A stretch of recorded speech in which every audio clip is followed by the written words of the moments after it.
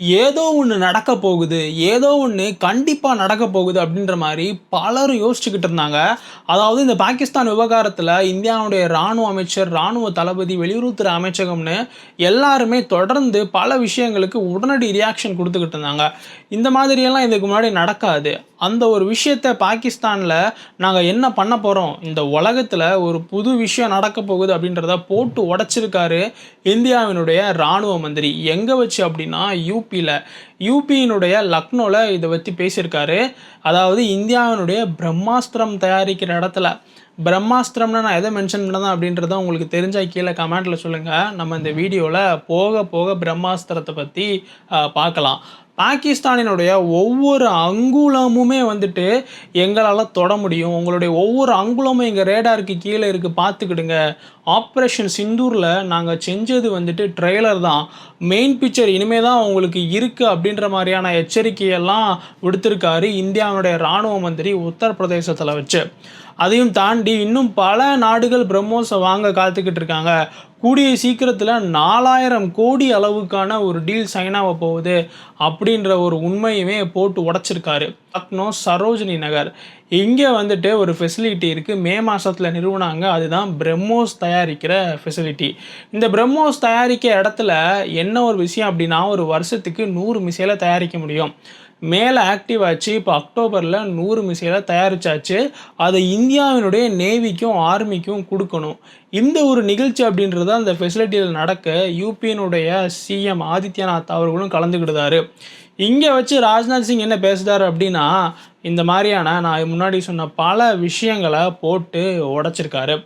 அதாவது இந்த 100 மிசைல் அப்படின்றது அந்த ஒரு 380 கோடி செலவிலான 200 ஏக்கர் ஃபெசிலிட்டியில் உருவாக்கப்பட்டிருக்கு. உத்தரப்பிரதேசத்தினுடைய அந்த டிஃபென்ஸ் இண்டஸ்ட்ரியில் ஒரு மிகப்பெரிய விஷயமா இந்த ஒரு பிரம்மோஸ் தயாரிக்கிற இடம் கண்டிப்பாக இருக்கும். ஏன்னா இதன் மூலயமா வரி வருவாய் மட்டுமே 300 கோடி அப்படின்ற மாதிரி சொல்லுதாங்க. ஜிஎஸ்டி 500 கோடி வரைக்கும் கலெக்ட் ஆகும் அப்படின்ற மாதிரியான விஷயங்கள்லாம் இருக்குது. நூற்றுக்கணக்கான பேருக்கு இது வேலை வாய்ப்பும் அந்த இடத்துல கொடுத்துருக்கு அப்படின்றதெல்லாம் மென்ஷன் பண்ணுதாரு ராஜ்நாத் சிங். அதுக்கப்புறம் ஒரு விஷயத்த சொல்லுதாரு.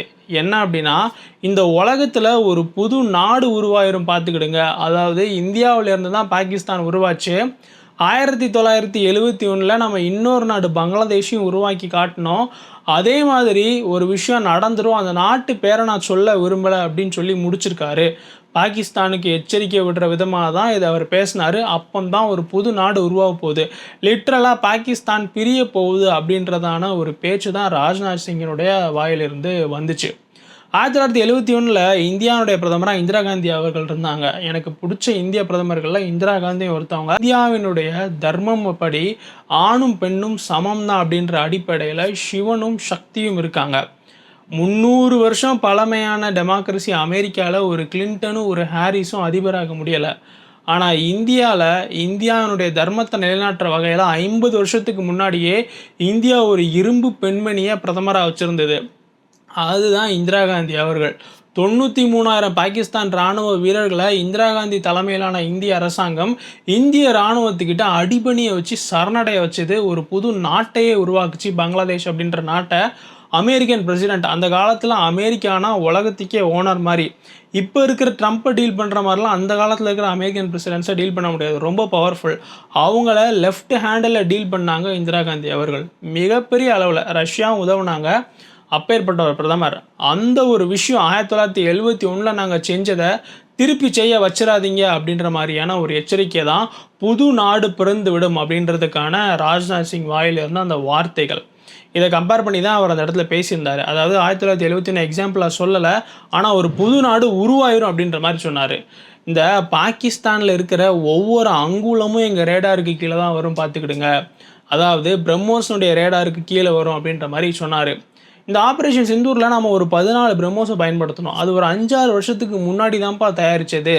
ஆனால் இப்போ எங்ககிட்ட இருக்குது. இந்த 100 மிசைலை நாங்கள் எங்களோட நேவிக்கும் இராணுவத்துக்கும் கொடுக்கோம்.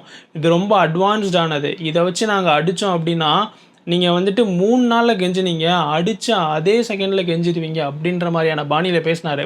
ஏன்னா ஆப்ரேஷன் சிந்தூர் அப்போ இந்த பிரம்மோஸ் அடித்த அடியில் பாகிஸ்தான் என்ன செஞ்சிட்டாங்க அப்படின்னா அமெரிக்கா, கத்தார், சவுதின்னு இந்தியா கிட்ட பேச வச்சு மீடியேட் பண்ணாங்க. கடைசியில் அவங்களே ஃபோன் பண்ணி சீஸ் ஃபயர் வேணும் அப்படின்ற மாதிரி கேட்டாங்க. சீஸ் ஃபயரும் வந்தது. அதுவே ட்ரெய்லர் தான் அப்படின்ற மாதிரி ராஜ்நாத் சிங் சொல்லியிருக்காரு.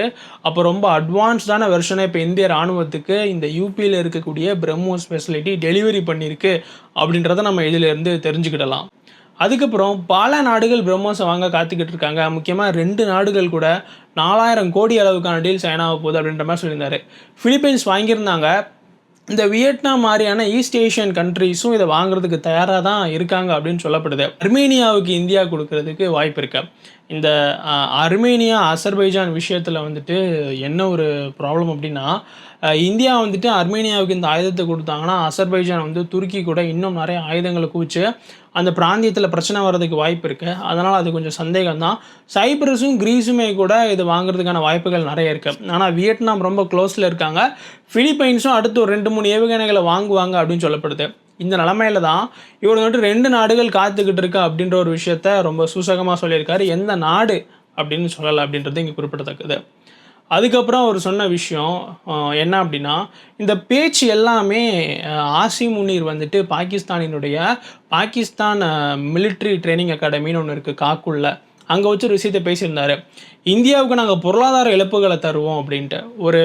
ஒரு நாளைக்கு முன்னாடி தான் ராஜ்நாத் சிங் வந்துட்டு இந்த யூபி லக்னோ ஃபெசிலிட்டியில் பேசினதுக்கு ஒரு நாளைக்கு முன்னாடி தான் அவர் பேசி வச்சுருந்தார். இந்தியாவுக்கு அணு ஆயுத எச்சரிக்கையெல்லாம் கொடுத்து காமெடி பண்ணியிருந்தார்.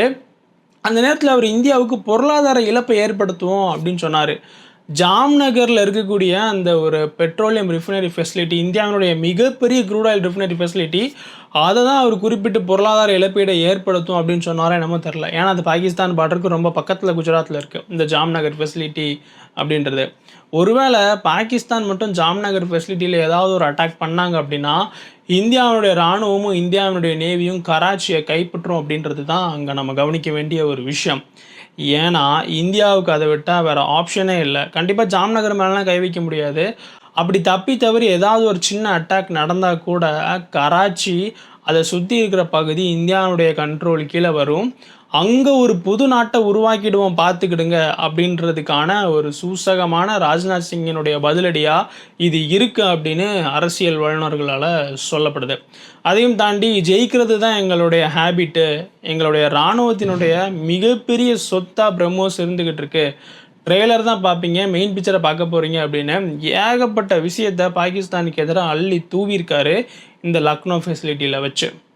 நம்ம சேனலை சப்ஸ்கிரைப் பண்ணாமல் பார்க்குறவங்க சப்ஸ்கிரைப் பண்ணிக்கிடுங்க. ஜெய் ஹிந்த்.